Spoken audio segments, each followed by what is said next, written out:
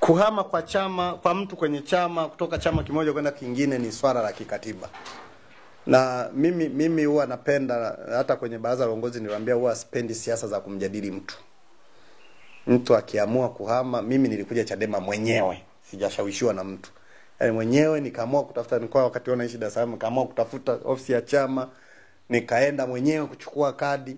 Kwa siku kama ninaamua kuondoka, naondoka mwenyewe, mtu asinijadili.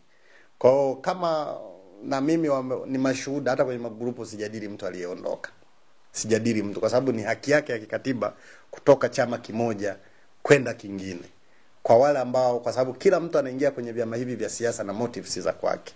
Kila mtu ana malengo yake, ana maono yake. Kwa anasema mimi ninaingia kwenye chama nikapate hiki na hiki na hiki. Sasa akikiona hicho kitu Chadema akipo, unamlazimisha akae kufanya nini? Kwa ni afadhali aondoke ili asitusumbue ndani ya chama. Kwa mimi binafsi na chama ninaamini halitusumbui. Halitusumbui.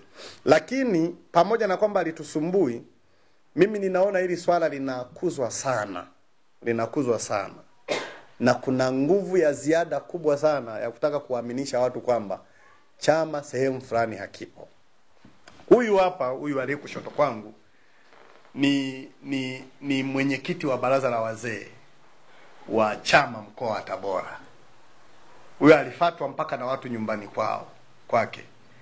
Akashawishiwa mabrungutu ya fedha kwamba utapewa hiki, utapewa hiki, utapewa hiki. Lakini hatimaye amebaki. Yeye alisema mimi bwana, kwa umri huu niende wapi tena? Na sioni, kwa sababu amefanya siasa muda mrefu, anajua uragai wa kisiasa, anajua vyama vya siasa. Hakuna chama cha siasa chenye uwezo wa kumlipa wanachama wake wote nchi nzima. Yupo. Huyu hapa ni mwenyekiti wetu wa wanawake wa mkoa. Mwenyekiti wetu wa wanawake wa mkoa. Bawacha, tunaita baraza la wanawake wa Chadema Bawacha. Na yeye vivyo hivyo.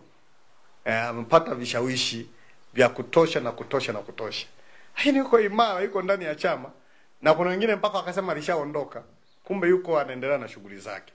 Vivyo hivyo na hao walioko nyuma yangu ambao ni makatibu wa mabaraza. Tuna katibu wa baraza la vijana, tuna katibu wa baraza la wazee, na mwisho huyu mama ni katibu wa baraza la wanawake. Kila mmoja kwa namna yake ameshawishika au ameshawishiwa kwa kupigiwa simu au kufanya nini. Sasa hivyo ndio vinakuzwa. Na mnapoona pale watu wameenda pale, wengine wameokotwa mtaani, wanapewa 5,500, wanawekwa ukumbini, wanasema mkutano wetu mkuu umejaza watu na watu 3,000. Mkutano mkuu wote haupeleki wanachama wa kawaida. Si ndio hivyo jamani? Mkutano mkuu wote wa chama chochote.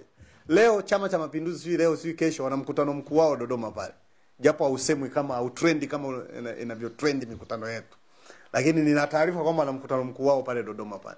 Hawaendi wanachama wote wa Chama cha Mapinduzi nchi nzima. Mikutano mikuu yote ina wawakilishi. Kwa mfano sisi mkutano mkuu wetu wa chama anaenda mwenyekiti na katibu wa jimbo nchi nzima. Kwa kila jimbo tuna majimbo 264. Kila jimbo anatoka mwenyekiti na katibu. Alafu tunaenda kwenye wilaya. Kuna kitu kinaitwa wilaya zenye jimbo zaidi ya moja na wilaya zenye jimbo moja. Anaenda mwenyekiti na katibu na kule. Alafu tunakuja ngazi ya mkoa, anaenda mwenyekiti na katibu. Ngazi ya kanda anaenda mwenyekiti, makamu mwenyekiti, katibu na mtunza hazina. Sasa hao ndio wanakuja kuunda watu 1,000 na mamia na mjumbe wa mkutano mkuu kutoka kila jimbo. Asante kwa kunikumbusha. Kutoka kila jimbo pia anatoka mjumbe wa mkutano. Kwa kwenye kila jimbo sisi tunatoa watu 3. Si ndio hivyo? Watu 3 times 264. Unaweza ukaona mkutano mkuu unakuwa hivyo. Sasa ukiona watu wamekaa barabarani wanamuona mtu bana kuna 5,000 hapa, vaa t-shirt ingia kwenye mkutano. Huo sio mkutano mkuu. Hakuna mkutano mkuu wa namna hiyo.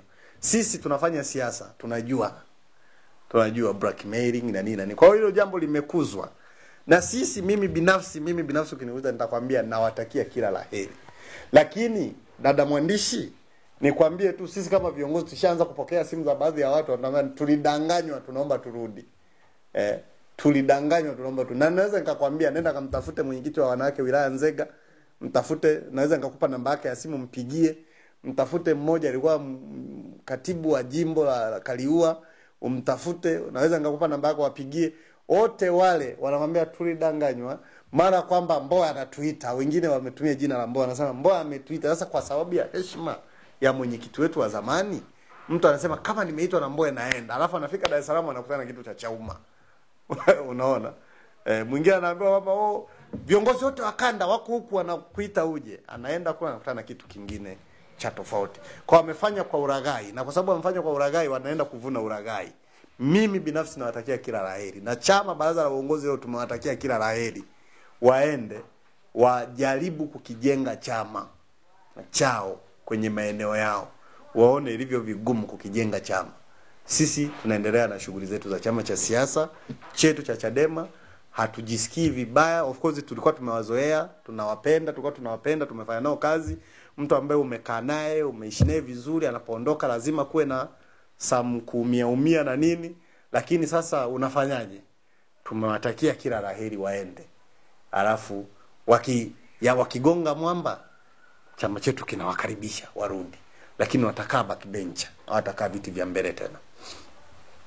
No reform, no election.